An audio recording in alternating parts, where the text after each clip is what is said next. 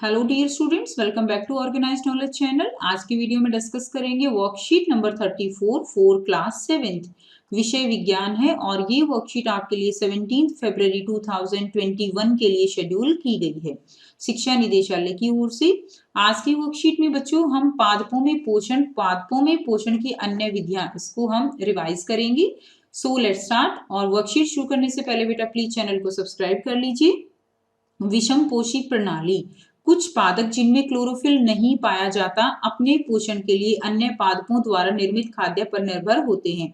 तो बेटा हमने पढ़ा था कि स्वपोषी होते हैं जो कि अपना भोजन स्वयं तैयार करते हैं प्रकाश संश्लेषण प्रक्रिया द्वारा, और वे पौधे होते हैं। और दूसरी प्रणाली कौन सी होती है? विषम पोषी प्रणाली। तो कुछ पौधे ऐसे भी होते हैं जिनमें क्लोरोफिल नहीं पाया जाता और वे अपने पोषण के लिए अन्य पादपों द्वारा जो खाद्य पदार्थ निर्मित होता है उस पर निर्भर होते हैं। वे विषम पोषी प्रणाली का उपयोग करते हैं। कुछ पादप एवं अन्य सभी जीव अपने पोषण हेतु अपने दूसरे जीवों पर निर्भर करते हैं, उसे क्या कहते हैं? विषम पोषी प्रणाली। यानी वो दूसरों के ऊपर अपना जो है जो भोजन है दूसरों के ऊपर रहकर अपना भोजन ग्रहण करते हैं। जैसे कि जो जुएं होती हैं, जू है, ठीक है। उसके अलावा अमरबेल पौधों में हम एग्जाम्पल ले सकते हैं। तो देखिए, निम्नलिखित प्रत्येक प्रश्न में सही विकल्प का चयन आपको करना है। पहला प्रश्न है, कीटों को पकड़कर अपना आहार बनाने वाले पादप का क्या नाम है? ऑप्शन दिए गए हैं आपको, अमरबेल, घटपर्णी यानी पीचर पादप, सूरजमुखी या गुलाब। तो कीटों को पकड़कर अपना आहार बनाने वाले पादप का क्या नाम है? वो होते हैं घटपर्णी या पीचर पादप, उनको कहा जाता है। नेक्स्ट है प्रश्न 2, निम्न में से कौन परजीवी है? तो लाइकेन, अमरबेल, घटपर्णी या राइजोबियम। तो कौन परजीवी है जो अपने भोजन के लिए जो है दूसरे जो परपोषी हैं उनके ऊपर निर्भर रहते हैं? तो इसमें ऑप्शन आपका सही हो जाएगा अमरबेल। अमरबेल जो है वो परजीवी है।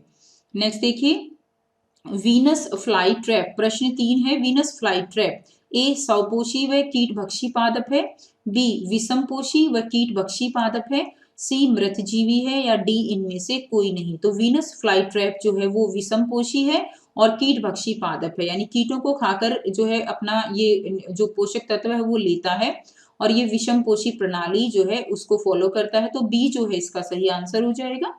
नेक्स्ट प्रश्न 4 है, जब कोई कीट इसके घड़े में प्रवेश करता है तो यह उसके रोमों के बीच फंस जाता है, वह पादप है। तो इसका जो घड़ा होता है, ठीक है, तो वो क्या करता है कि जब कोई भी जीव उसके अंदर फंस जाता है तो उसके अंदर छोटे छोटे जो है बाल जैसे स्ट्रक्चर होते हैं, बाल जैसी संरचनाएं होती हैं। तो वो पादप क्या कहलाते हैं? हरे पौधे, कीटभक्षी पौधे, घास या कोई नहीं। तो उनको हम क्या कहते हैं? उनको हम कीटभक्षी पादप कहते हैं जिसके अंदर वो फंस जाते हैं।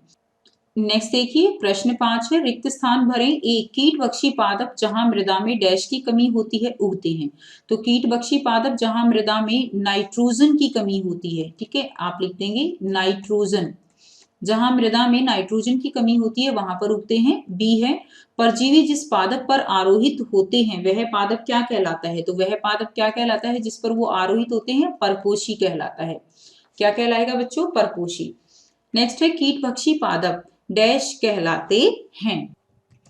तो कीटभक्षी पादप कीटभक्षी कहलाते हैं, तो आप यहाँ पे लिख देंगे कीटभक्षी, ठीक है, वो कीटभक्षी ही कहलाते हैं बेटा।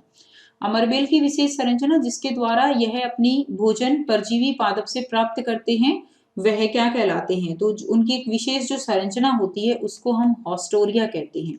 क्या कहेंगे? उसको हम हॉस्टोरिया कहते हैं, ठीक है। नेक्स्ट देखिए, अमरबेल में पाई जाने वाली पोषण विधि। अमरबेल में पाई जाने वाली पोषण विधि क्या कहलाती है? पोषण विधि विषम पोषी कहलाती है, क्योंकि ये अपना जो न्यूट्रिशन है वो दूसरों से प्राप्त करती है, तो इसको हम विषम पोषी प्रणाली कहेंगे। नेक्स्ट है, पीले रंग की रस्सीनुमा संरचना वाले परजीवी पादप का नाम लिखिए। तो उसका नाम क्या है? उसका नाम है अमरबेल। अमरबेल पीली होती है, रस्सीनुमा होती है, ठीक है। आपकी बुक में बहुत अच्छे से डायग्राम दिया गया है, वहां से आप देख सकते हैं। निम्न के कोई दो उदाहरण लिखिए। परजीवी के कोई दो उदाहरण। तो परजीवी का एक उदाहरण हमने अभी किया, अमरबेल। अगर जीवों में बात करें तो पादप की बात हो गई, अमरबेल। जीवों की बात करें तो जू जो है इसका एग्जाम्पल हो जाएगा, जू, ठीक है, जो कि परजीवी है। नेक्स्ट है बी, कीट भक्षी पादप का नाम लिखना है। तो एक तो हो जाएगा घटपर्णी, एक घटपर्णी, और दूसरा आप लिखेंगे Venus fly trap. Venus fly trap, ये जो है कीट भक्षी पादप हो जाएंगे। नेक्स्ट देखिए प्रश्न 8, विषमपोषी प्रणाली किसे कहते हैं? तो विषमपोषी प्रणाली किसे कहते हैं? हमने यहां से पढ़ा कि कुछ पादप और अन्य सभी जो जीव अपने पोषण के लिए दूसरों पर निर्भर होते हैं, उन्हें विषमपोषी, वे क्या कहलाते हैं? विषमपोषी कहलाते हैं। और यही प्रणाली जो है विषमपोषी प्रणाली कहलाती है। ठीक है, तो ये जो है आपका आंसर हो जाएगा क्वेश्चन नंबर 8 का।